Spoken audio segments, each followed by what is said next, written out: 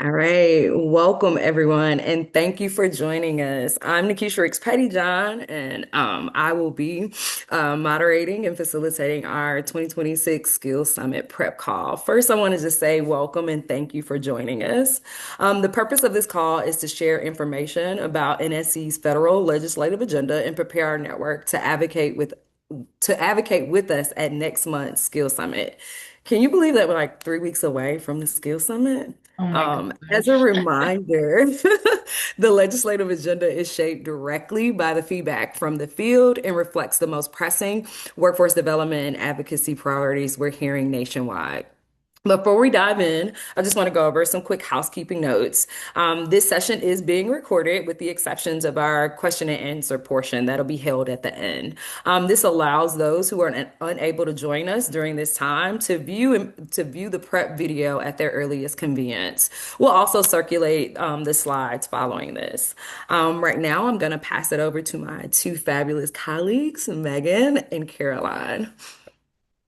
Hi, everyone. Yes, Therese is leading the way, so drop in the chat where you're from so everyone knows. Um, but there have been some changes this year with the summit. The biggest one is that for the last few years we've been in May. This year we're in February on the 5th and 6th. So if you have not registered, we certainly encourage you to do that. I can drop Nikisha's got it for me. Drop the link in the chat so that you can register if you haven't done so. The other big change that you might notice is that we've changed the structure of the Hill Day slightly. So instead of a full day of Hill meetings on the last day of the summit, it is now a half day of meetings on the first day of the summit. You will still be able to meet with your delegations ahead of going to the Hill for advocacy meetings. But because of this change, you no longer have a couple days to prep and learn more about the issues. So this is the best way to learn about the policy priorities this year and the content that you'll be sharing in advocacy meetings. So we're so glad that you've joined us. And if you're watching this recording at a later date, thank you for joining us as well. The other piece about this is with the timing change from May to February this year, it puts us at the start of a new congressional session. And so that's really wonderful because we're also in a midterm year. So it allows us to really influence the issues and priorities that Congress is going to pursue this year. And they're going to be looking to take some wins back to their districts and states, especially, as they're going into elections. Like last year, we do have some consultants who are coordinating and scheduling all of the Hill Day meetings. With that, we ask you to not schedule any of your own meetings independently. If you have done so already, please make sure you connect with our consultants or connect with me so that I can connect you to our consultants. Again, they're scheduling all of the meetings, and they do have some ability to add a few meetings on. But that is limited. So please don't schedule meetings without talking to your delegation lead, who's also in charge of what your state's doing, and then those consultants. In today's prep call, our team will be offering several opportunities for additional support after this call. So we're going to host drop-in office hours on February 2nd, and those will be virtual at 3 p.m. Eastern Time.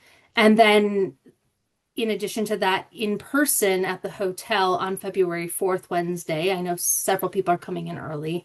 We will have office hours from 3 to 5, and our consultants will also be available during that time. So you can either ask questions about content or you can ask questions about logistics and Hill Day expectations. We recognize that this is a big change going to the first day of meetings on your first day of the summit. And so we want to make sure that folks feel prepared and ready to go. Like most years, we have an agenda that will also operate as your leave behind. And these materials are also located online, as well as a worksheet that is meant to complement the skinny agenda that will give you examples and help you decide what statistics and stories that you want to bring to your meetings to help you show the best of your work and convey the messages that you want to convey to congressional offices. This is in addition to last year's agenda that was quite a bit longer. And so that still serves as the broader agenda for this Congress, but we have narrowed it down into what I just called a skinny agenda that is only a couple pages, and so it's a little bit more digestible both for you all, but also for congressional staffers who are likely only going to read a couple pages and probably won't take the time or have the time to read a full 15-page document. Now I will pass things over to Caroline to talk about where we're at. Cool. Thank you so much, Megan and Nikisha, for centering us in why we're here. And thank you for going over all the new logistics of the Hill Day. So now that you've got your logistics down, you know when and where you're going, and you know your materials that you'll have, we also just wanted you to feel confident that you know what's happening on Capitol Hill. So just at a high level here in Washington, D.C., just want to remind folks that, of course, the Republican Party controls the House, the Senate, and the presidential administration. We have seen some attention on workforce development issues from the administration, particularly around apprenticeship and AI readiness.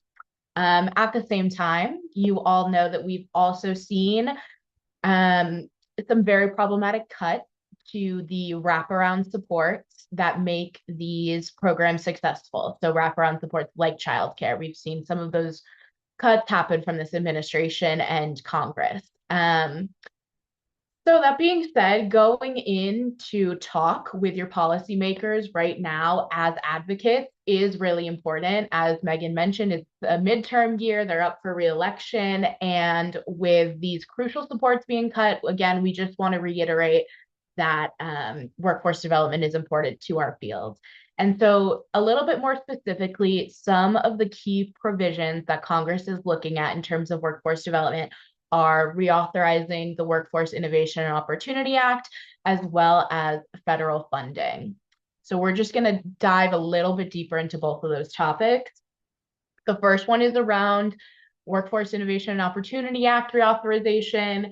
It's in a little bit of a holding pattern. I wish I had better news for y'all. We didn't see too much movement on WIOA reauthorization last year. You might recall that back in 2024, there was the bipartisan WIOA reauthorization that nearly passed as a part of a broader bill, but was ultimately stripped at the last minute. After that happened in 2025, there were hopes that the same reauthorization bill could be brought up again. But you know, if you've been following the news, you know that there have been pretty significant changes to the Department of Education and the Department of Labor, as well as proposed funding cuts that have created challenges for that legislation and just some unsureness about how to move forward from Congress and the administration. But just because WIOA does not happen to currently be a priority for congressional leadership doesn't mean that we can't share, again, as advocates, that we do want to see this piece of legislation reauthorized. We do want it updated and continue to build a strong case for why WIOA should be reauthorized. That's the state of WIOA. And now for more fun news, I'll pass it to Megan to cover the state of federal funding. Yeah, thanks, Caroline. So funding conversations over the last year have been quite fraught. You'll probably recall that in October and November, we saw the longest shutdown in history at 43 days.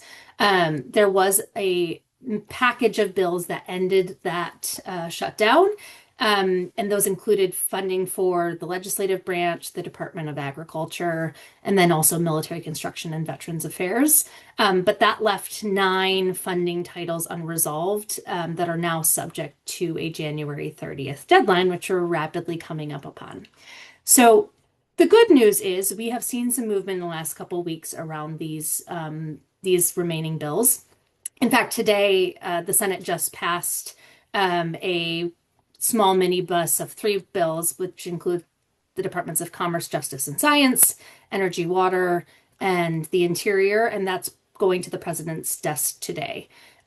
We also saw a 2-bill package pass the House this week, including the Fin Services title and then also the Departments of State.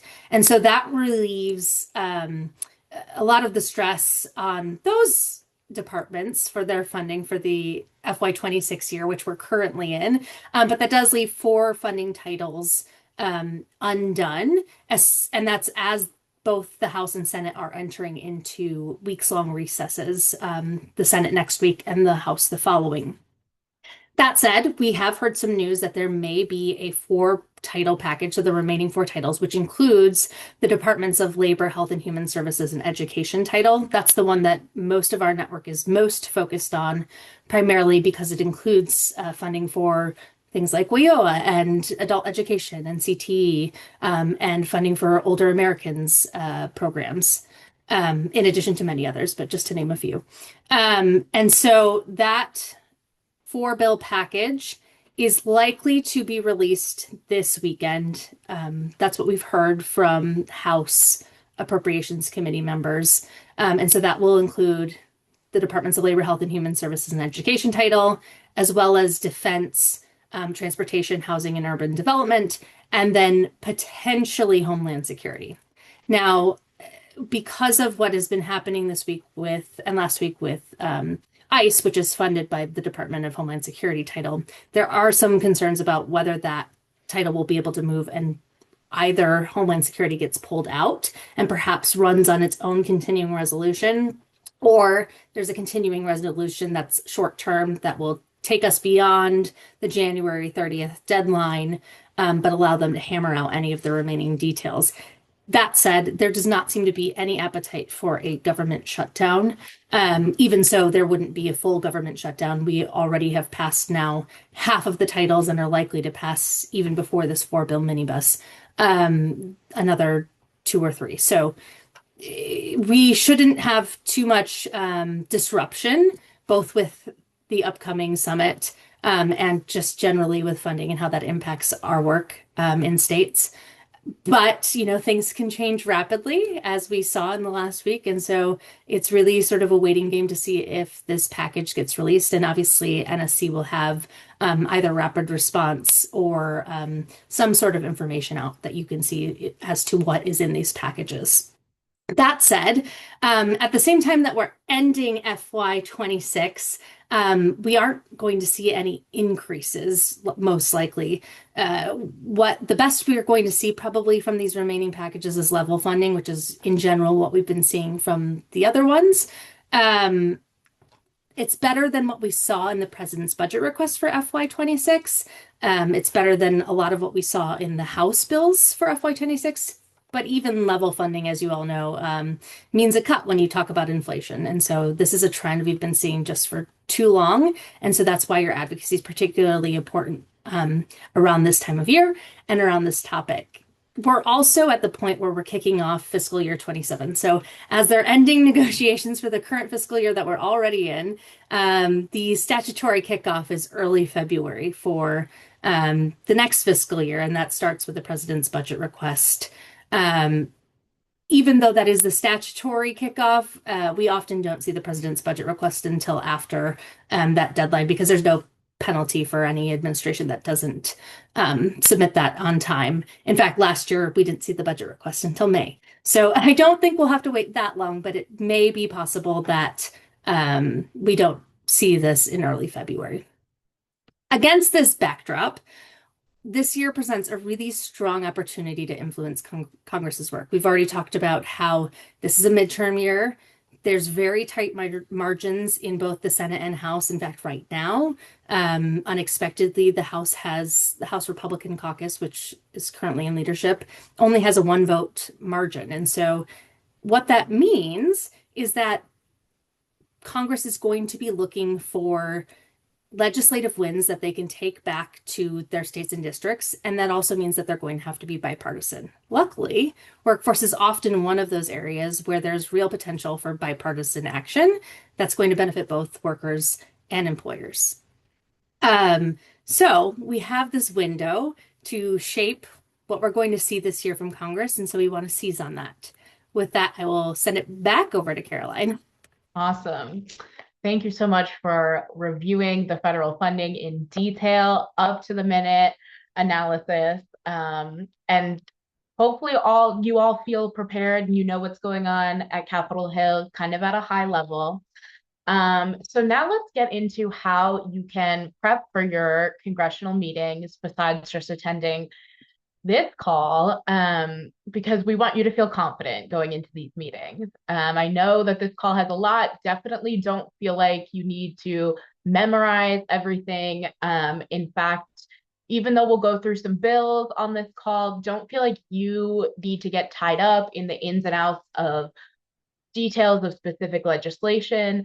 What's most important for you as an advocate going into a meeting is to center your own experience and your own work.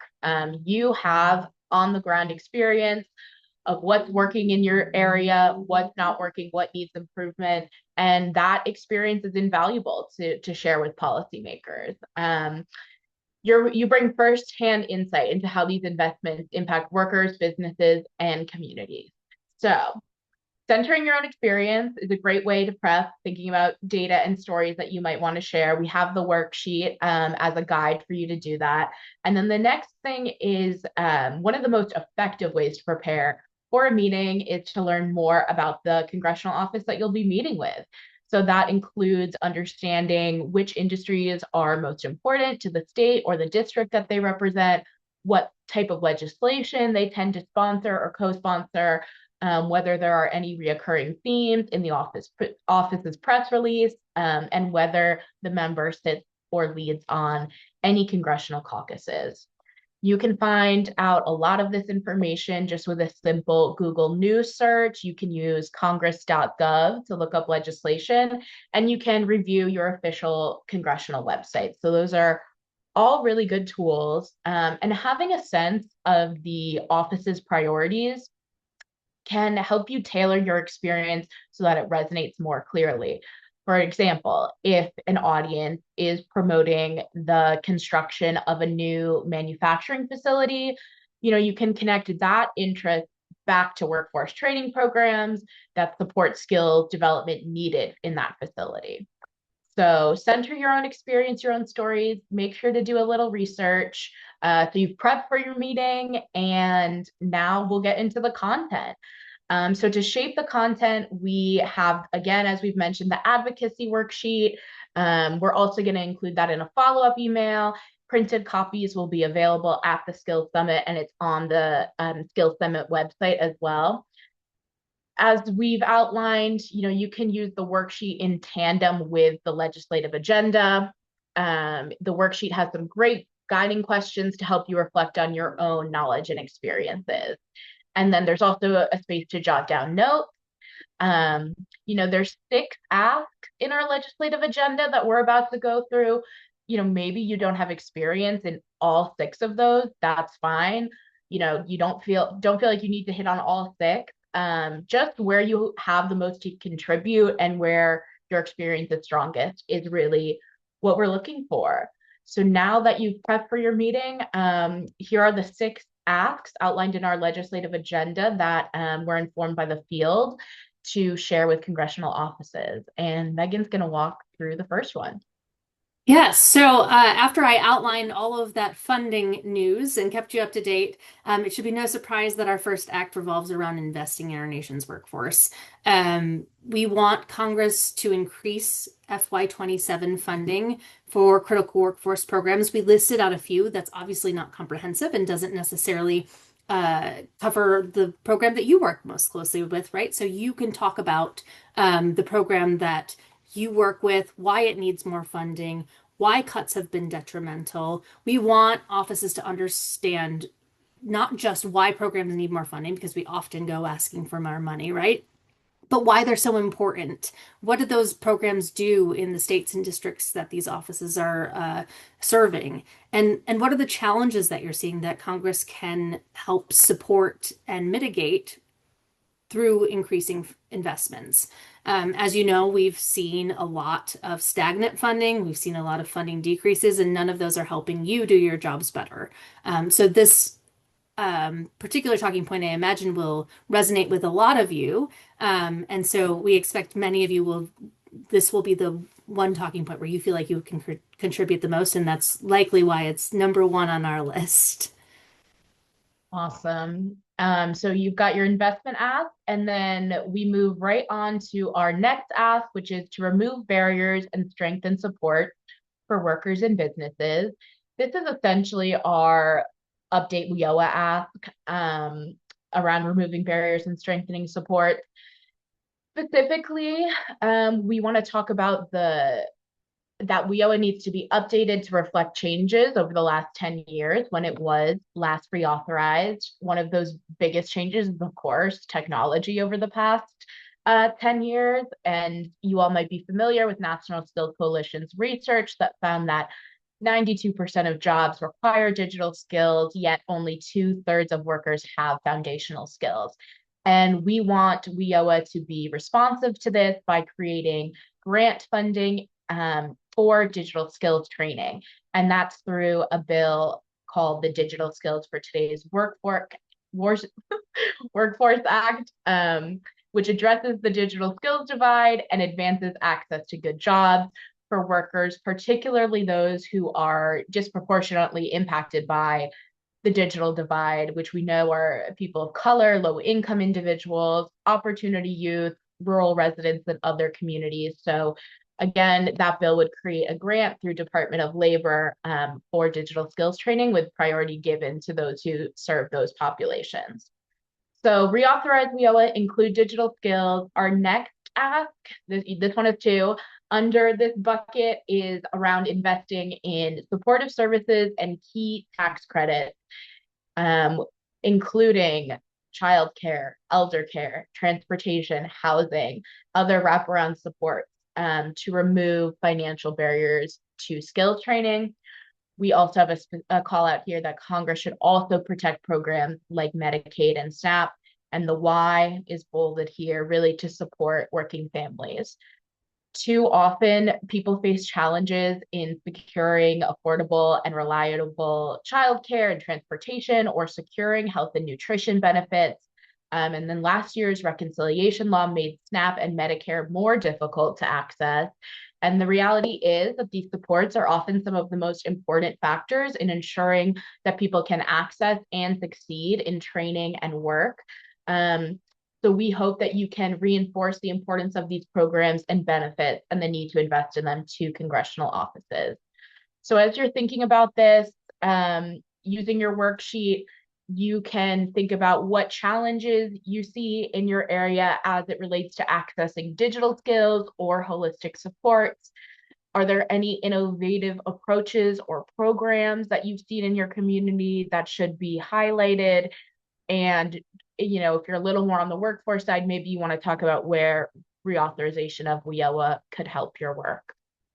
Okay, moving on to our third ask here. Yes, so this next one, as we ping pong back and forth, is around supporting prevent industry partnerships. We want Congress to pass legislation that creates grants to support businesses to launch, scale, and strengthen industry partnerships so that they can address workforce challenges. We know that sector partnerships bring together key workforce stakeholders, not just businesses, but also training providers and community colleges and other local organizations to ensure that businesses drive training programs, help workers, and then also ensure that those are supporting marginalized communities with barriers to access. So it can do so much to have multiple businesses together at the same table. And it can also be really beneficial to small businesses and mid-sized businesses. A lot of these large businesses can do much of this work on their own because they have the resources to do it. But small businesses and mid-sized businesses have fewer staff and less capital to develop internal training programs or offer supportive services or connect to other employers. And so while these are a required strategy under WIOA, funding these partnerships has been difficult to draw from, especially because the workforce system is already so underfunded. And so Congress can empower these partnerships to meet business needs to both hire, upskill, reskill workers through on-the-job learning opportunities, including apprenticeships. And so we want to make sure that we're supporting those and that Congress is offering the support to drive these industry partnerships. As you're thinking about how you want to talk to offices about industry sector partnerships. You might want to pull examples of, the successes you've seen from a partnership in your state, whether that's in convening partners or benefiting workers. Um, Talk about the individual partners that are involved in a partnership, the community, and then what are the resources that are needed to either to sustain or expand that work in your state or local area. So we hope you'll bring those talking points to congressional offices that you meet with. Awesome. Yeah, so hopefully you're starting to think about what stories and data you might want to share, where you might want to weigh in on your Hill meetings. Our next ask in the legislative agenda is really our post-secondary ask, more formally expanding access to affordable, career-connected post-secondary education. And under this ask, we have two bills that you might want to consider talking about. And also just the ideas behind the bills, even if you don't bring up the specific bills. So the first one is Pass the Gateways to Careers Act, which supports comprehensive career pathways and wraparound services to help students persist in and complete post-secondary programs. So again, these provide grants to these partnerships between community colleges and workforce partners. Funds are pretty flexible in that they could be used to develop or expand programs using integrated education and training, dual enrollment, non-traditional skills, professional development, acquisition of equipment, um, career pathway programs, and supportive services. So really flexible grant funding for these partnerships. And then the other bill is the Access to Career Act. These are competitive funding, again, to scale workforce and post-secondary partnerships. The grants to institutions would provide as much as 1.5 million to establish and scale career programs, again, with priority given to those programs that serve populations with barriers to access. And importantly, it would be mandated that 25% of those funds go to critical student support. And then there would also be grants, not just institution, but also to states, as much as 10 million over 4 years to support these partnerships and develop pathways to in-demand industries. So just again, that just reiterates what we're saying. These grants include wraparound supports, career navigation, and building connections with employers to ensure that students can succeed, especially students from covered populations. So as you begin developing the examples and stories that you'll bring to meetings, we hope that you can think about what makes a successful career pathway and the examples that you have seen in your own work, as well as maybe what is needed to further support career pathways. Okay, back to you, Megan. Yes. So our next ask is around strengthening and expanding earn and learn opportunities. We actually have two asks for this. The first is around reauthorizing the National Apprenticeship Act to grow registered apprenticeships to reach more workers and industries. As you may know, the National Apprenticeship Act has not actually been reauthorized since the 1930s. And much of what guides registered apprenticeship process exists in regulations rather than in statute. Reauthorization can formalize what works in apprenticeship, can create changes that drive innovation, and then also create new programs and grants that are going to support worker access to high quality earn and learn models, including youth apprenticeship. So we want to see movement around reauthorizing that this year. We also want to incentivize employers to hire workers who face barriers to work so that there are more opportunities to earn and learn. And so with that, we want Congress to introduce and pass the Skill Up Act, which would expand the work opportunity tax credit and incentivize employers to hire and train eligible workers through work-based learning programs. Right now, as the Work Opportunity Tax Credit, or WOTC as we call it, stands, it is just a credit to hire workers. That credit could be up to $9,600, but it is based on which category the person you hire from falls into, and the average credit employers receive is $2,400. A lot of these jobs end up being jobs that don't have a career pathway forward aren't going to help folks gain additional funds as they work up the ladder, aren't going to give them the training they need to branch out and meet their needs. And so we want to see more training. And so this bill in particular would expand the credit that employers have access to up to that $9,600 a month, $9,600 per worker, excuse me, if they offer earn and learn programs. Many businesses are, as I mentioned, use this as hiring, but it's mostly used by large employers. And so the expansion of this would also allow it more likely to be utilized by small and mid-sized businesses. As you're thinking about these points, you might want to consider where you've seen success with apprenticeship and earn and learn programs in your state. You might want to talk about how innovation could support your work, as well as how tax incentives in general can encourage employers in your state or in your local area to invest in training, and what those benefits might look like. Cool. And now, finally, our last ask in our federal agenda, thanks for sticking with us, is our data ask, of course, because understanding workforce data gives us a clearer picture of the status of our workforce. It helps us know what industries are growing, what programs students might want to enroll in, and what types of jobs they can expect on the other end of those programs, what type of wages they can expect. It also helps us ensure equity across different demographics and making sure that we're having consistent, equitable results across programs. So the bill that we have under this ask is called the College Transparency Act, and it would provide students, families, institutions, and policymakers with access to comprehensive, transparent higher education and workforce outcomes data, including, very importantly, information on non-degree credentials. This is going to be especially important given the recent passage of Workforce Pell, which I know many states are gearing up for implementation starting July 1st of 2026.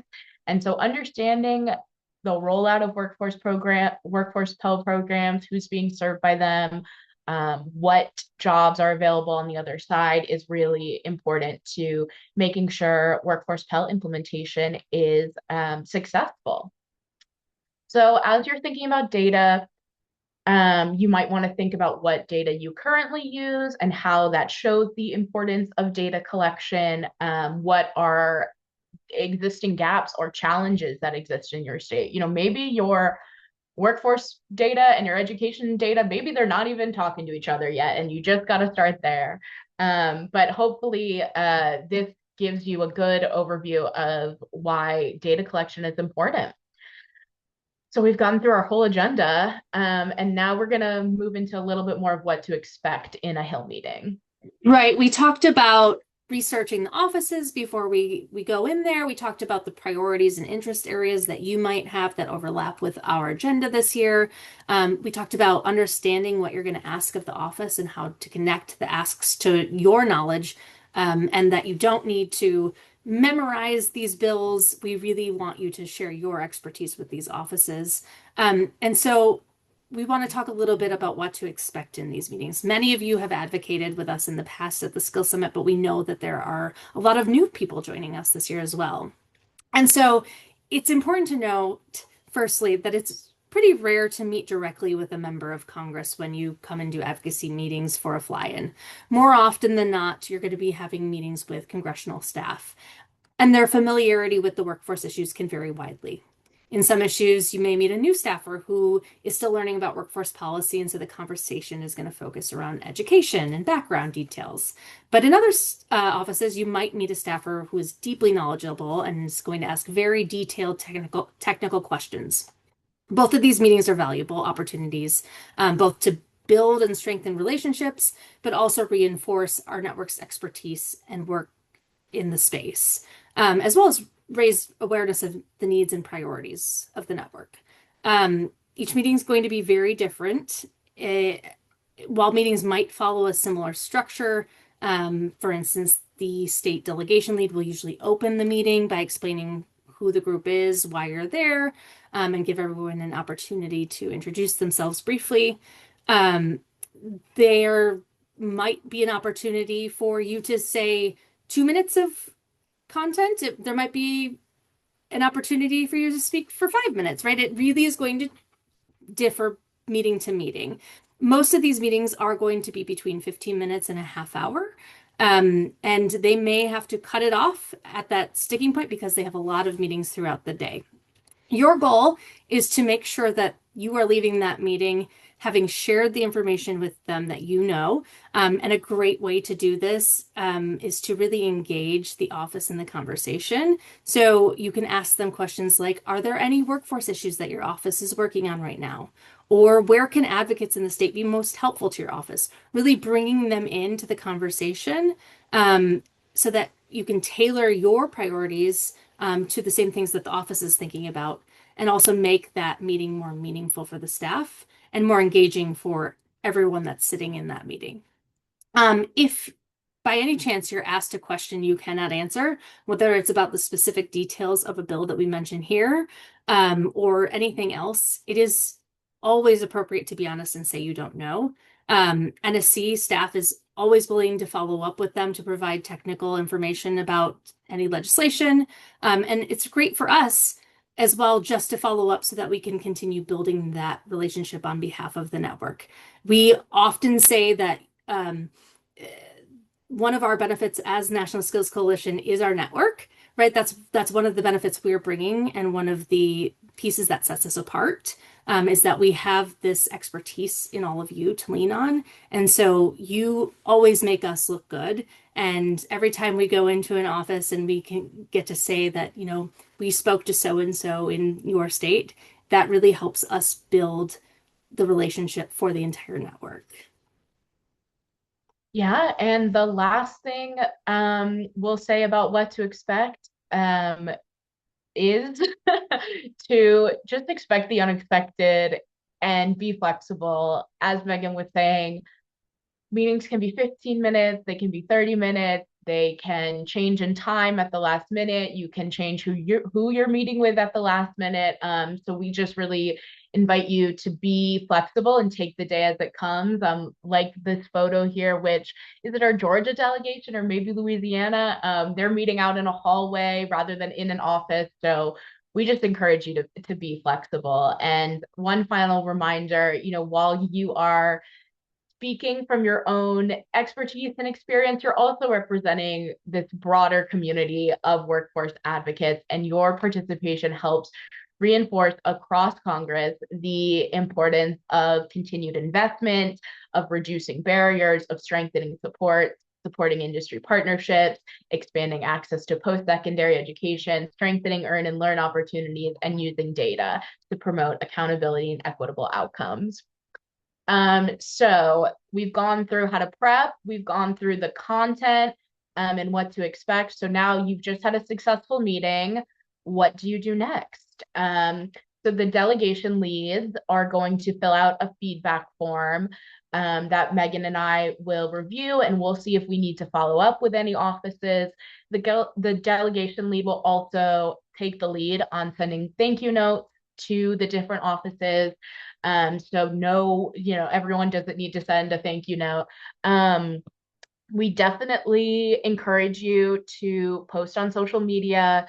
Congressional offices love when you do that. And it's, often appropriate to ask if you can get a photo outside of the office. So definitely post and tag NSC and the congressional office on social media. And then as the year goes on, we really encourage you to stay connected with the staffer and with the office that you met with.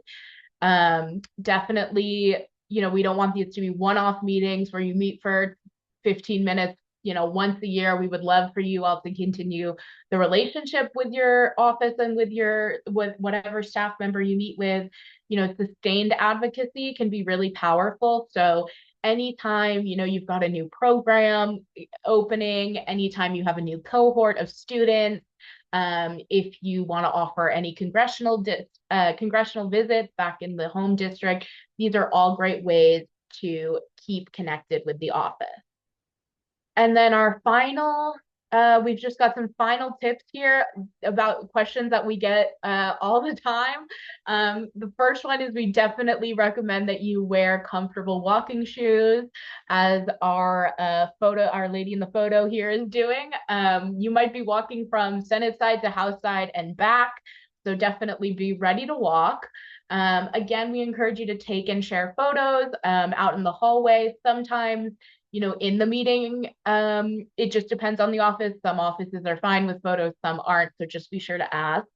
And then after your successful Hill meetings, please join National Skills Coalition staff at the reception after at the Skills Summit. We would love to just hear firsthand how the meetings went.